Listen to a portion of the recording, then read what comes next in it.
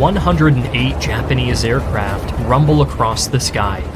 Zeros, Kates, and Vals slice through the clouds, unveiling the American strips on Midway Atoll.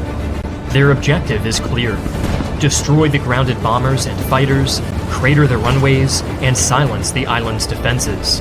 But as explosions rip across the small island, the skies above Midway are quiet. A troubling question echoes across the cockpits of the Japanese airmen.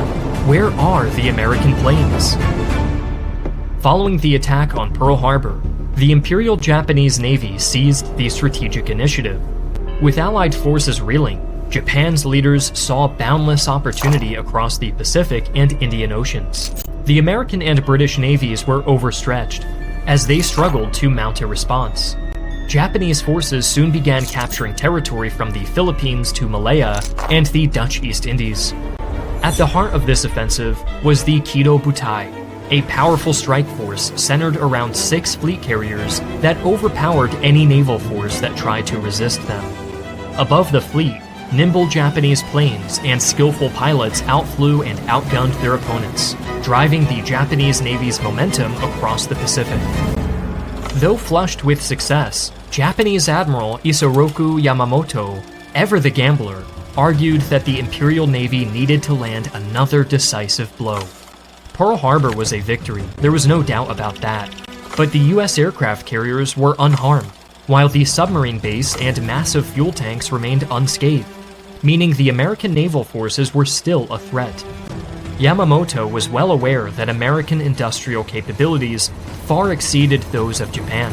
The war needed to end soon, before the American industry could overwhelm Japan's. A second crushing naval defeat was needed to force the US to come to terms, since they would have no real way to fight back. The question remained how to accomplish this. For Yamamoto, the answer was simple: destroy the US carriers. When Admiral Chester Nimitz was appointed Commander-in-Chief Pacific, he arrived at Pearl Harbor to survey the wreckage. Battleships were sunk or crippled, aircraft losses were severe, and morale was low. After declaring war against Germany and Japan in December 1941, the American public called for revenge. But the Navy had few options.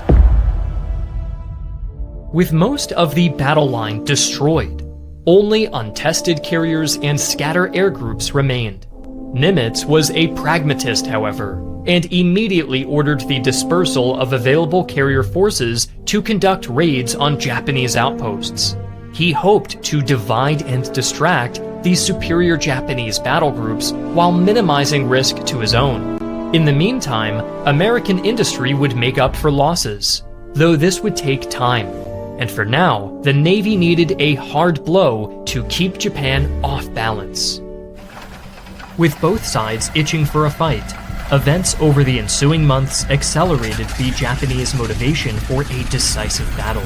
On April 18, 1942, U.S. Army Air Forces Major James Doolittle launched his B-25 Mitchell bomber squadron on a one-way attack from the deck of the USS Hornet. Packed with as many bombs as they could carry, the 16-plane squadron gunned for the Japanese capital of Tokyo. In a daring act of revenge, the bombs dropped their payloads on the unsuspecting city, bringing the war to Japan's doorstep. Bombs landed not only on Tokyo, but on Yokosuka, Nagoya, and Kobe as well. Incensed that the United States had struck the capital, the Imperial Navy finalized its plan to destroy the American carriers for good.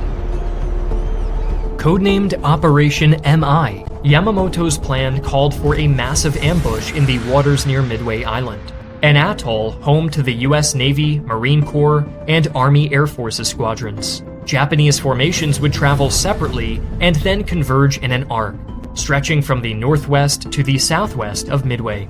While en route, the Japanese Navy and Army also planned an aerial and naval assault on the Aleutian Islands in Alaska. They assumed US forces would be too distracted by an in-progress invasion to notice Operation MI unfolding in the Central Pacific. Northwest of Midway, carrier-based fighters from the Kido Butai would sweep over the atoll and demolish parked aircraft along with any local defenses. Yamamoto expected Nimitz to respond by dispatching his carriers from Pearl Harbor to rescue the atoll. Here, the Imperial Navy would spring its trap. Japanese naval air forces would strike and sink the carriers, while a powerful surface fleet mopped up the remaining ships and ground troops landed to seize the atoll. The Battle of Coral Sea in May 1942 set the stage for Yamamoto's gambit. American forces disrupted the planned Japanese invasion of Port Moresby, inflicting losses on dozens of aircraft, sinking the light carrier Shoho, damaging the fleet carrier Shokaku, and depleting the air group of the Zoikaku. These gains came at the cost of the USS Lexington and heavy damage to Yorktown. However, Japanese losses meant that the Kido Butai would be weaker going into its next operation. Believing the US carrier fleet to be in peril, Yamamoto rolled the dice and set Operation MI in motion. Nimitz was not as much of a risk-taker as Yamamoto, but he was willing to take chances when he could hedge his bets. Nimitz knew that a Japanese attack was coming. Signals intelligence gathered by a Navy unit nicknamed Hypo was steadily unraveling Japan's operational plans. American codebreakers had begun to crack the Imperial Navy's current cipher, known as JN-25. By May 1942, US Navy intelligence officers could decipher most of the current Japanese naval military code. After putting together various enemy reports and fleet movements, intelligence personnel advised Nimitz that an impending invasion of the Aleutian Islands was likely, and that the Kido Butai was going to attack Midway in an attempt to ambush the American carriers. On the surface, Nimitz's ready carrier force was outnumbered 2-1. Enemy movements forced him to contemplate desperate measures. He banked on two key factors to even the odds. First was Midway's aircraft compensating for a missing carrier, while the other was the rapid repair of the USS Yorktown, which Nimitz wanted back in action and ready to even the playing